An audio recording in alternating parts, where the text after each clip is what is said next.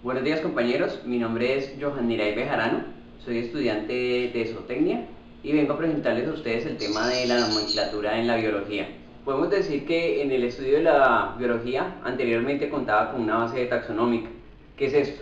Es como una clasificación que se realizaba a las especies, pero no había algo como muy claro que las llegara a diferenciar o que las hiciera identificar totalmente de una forma muy clara. En algunas ocasiones se intentó dar un nombre, por decirlo de alguna forma, vulgar a las especies, o algún nombre común, algún nombre que los identificara de acuerdo a sus características principales, ya fueran fisionómicas, estructurales o algún tipo de esas características pues fueran muy notorias en ellos. Actualmente el sistema que se utiliza es el binominal, que fue desarrollado por Linneo, el cual coloca dos nombres, el primero que es el género y el segundo que es la especie. Cada uno de estos dos pues tiene unas características especiales.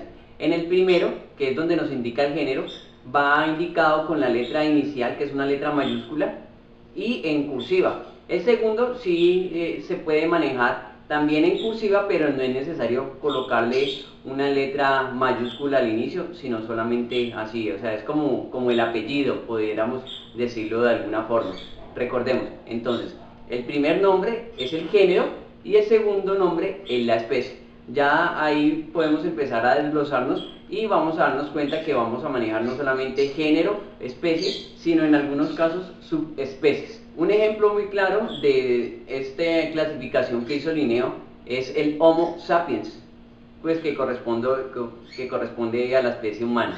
En algunos casos también se presenta lo siguiente: hay subfamilias, por decirlo de alguna forma, o subespecies. Entonces, en este caso, el nombre de la subespecie también se utiliza colocándolo en letra cursiva después de la especie. Esto, a diferencia de la zoología o de la nomenclatura en la biología, la cual no lo hace de esta forma, sino que coloca previo a la subespecie la palabra, así como dice, sub. El módulo nos habla de el nombre de un pez, que aquí lo estamos viendo. Es el pez Apiceion vivitation holly. El primer nombre corresponde al género, el segundo a la especie y el tercero, el último, ya corresponde a la subespecie. Esto tiene algunas connotaciones, algunas clarificaciones, y es que en ocasiones se da el nombre gracias a la persona que descubrió la especie. Después del nombre como el manual lo indica, del taxón específico o de la especie específica, se le coloca el nombre de quien descubrió la especie y por último el año en el cual también fue descubierto. Aquí estamos viendo el ejemplo de la Poecilotheria reticulata Peters y tiene el año que es 1859. Los nombres científicos revelan datos interesantes sobre la especie, algunas de sus características, pero también van un poco más allá y nos dan también datos acerca de la persona que hizo el descubrimiento de la especie. Un ejemplo que podríamos ver en esto es el de unas mariposas, que su nombre va ligado muy directamente a unos nombres homéricos, o sea, fueron extraídos, por decirlo de alguna forma, de algunos de los libros de Homero, pues porque se supone o suponemos que a Linneo le interesaba pues mucho también esta parte literaria y tomó eso para darle nombre a una de sus especies. Ellas hacen parte de la familia de los papilonios. Nos encontramos con Ipixides podalirius y Papilo machaon. Son los nombres pues que le fueron colocadas a estas dos mariposas.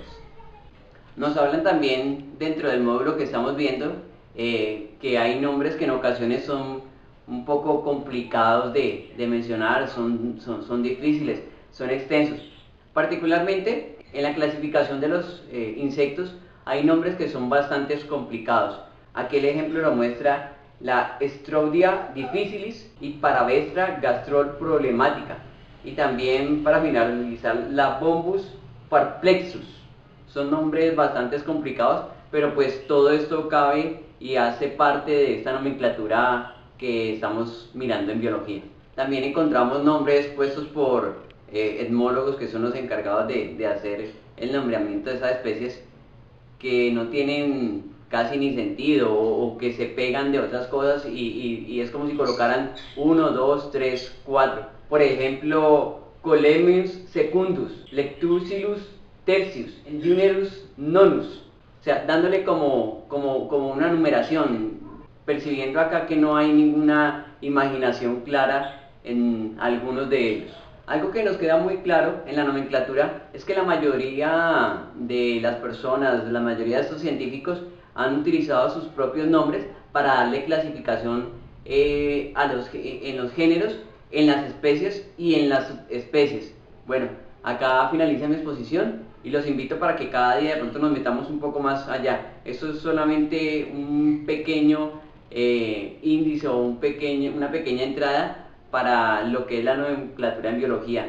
Ya recordemos entonces, se maneja el género, es lo primero, miramos la especie y ahí entramos a mirar lo que son las subespecies. Muchas gracias.